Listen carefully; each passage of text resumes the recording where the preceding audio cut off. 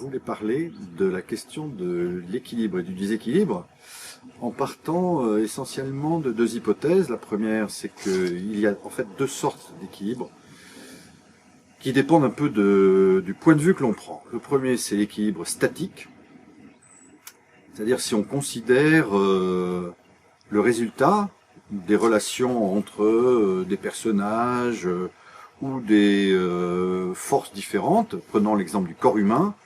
Le corps humain, c'est un équilibre qui, si on le regarde, si je peux dire de loin, c'est un équilibre stable. Si on n'est pas malade, tout va bien, tout est en ordre.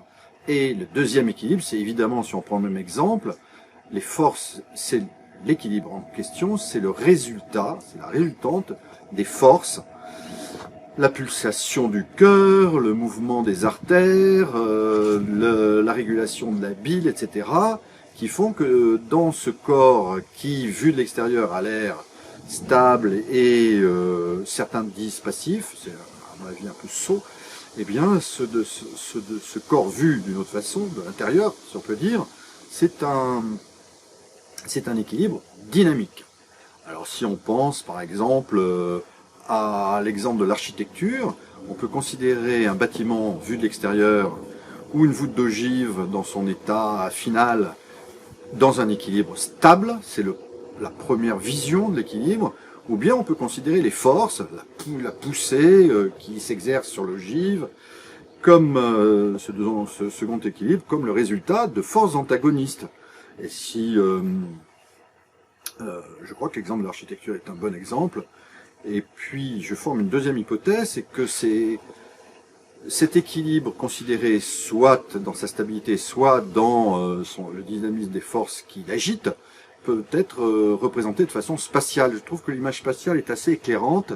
L'équilibre stable, c'est une vallée que l'on peut considérer comme tranquille, paisible, ou bien on considère les forces qui s'agitent ou bien au sein de la vallée, ou bien quand on passe d'une vallée ou d'une autre. Ce qui est une bonne image des ruptures des états d'équilibre dont j'ai parlé tout à l'heure. Enfin, ce qui serait bien, c'est de pouvoir illustrer cette idée, enfin ces idées, ces deux hypothèses que je viens d'évoquer, et donc je propose de regarder un peu, de prendre la figure de la vie passionnelle. C'est une figure un peu lourde, mais c'est assez amusant de voir comment on peut passer d'un état d'équilibre initial, par exemple un équilibre familial, une jeune femme qui vit avec sa famille, heureuse et tranquille, à ensuite la rupture de cet équilibre, par des forces, à cause de forces antagonistes, là en l'occurrence dans l'exemple que je prends qui est Eros et Psyché d'Apulée, l'intervention de la déesse Vénus, jalouse de Psyché, boum, Psyché qui se trouve donc exclue de son milieu, de son état stable initial, se retrouve seule, abandonnée, et nous sommes dans un état cette fois-ci, de déséquilibre, qui est contradictoire au premier, c'est-à-dire qu'elle se trouve dans une sorte de mélancolie, privée de tout objet pouvant la satisfaire. Elle va quand même être rencontrée, en l'occurrence, elle est rencontrée, c'est pas elle qui décide, par le dieu Eros, et elle va sortir de sa mélancolie en ayant enfin l'espoir d'une satisfaction heureuse avec ce demi-dieu. Bon, je quitte un peu cet exemple parce que ça suit mal la logique que je veux souligner. On va passer de cet état de déséquilibre dont je viens de parler, mélancolie, désir, à un état de conjonction. L'idée serait que on définisse l'équilibre, peut-être plus précisément que ce que j'ai évoqué au début, par la conjonction des valeurs ou la conjonction des personnages. Et là, ça serait ce dont toute l'humanité rêve, ce serait la relation matrimoniale, l'alliance qui permet de rêver que tous les besoins de l'être humain, son besoin érotique, son besoin économique, son besoin de filiation, etc., soient comblés.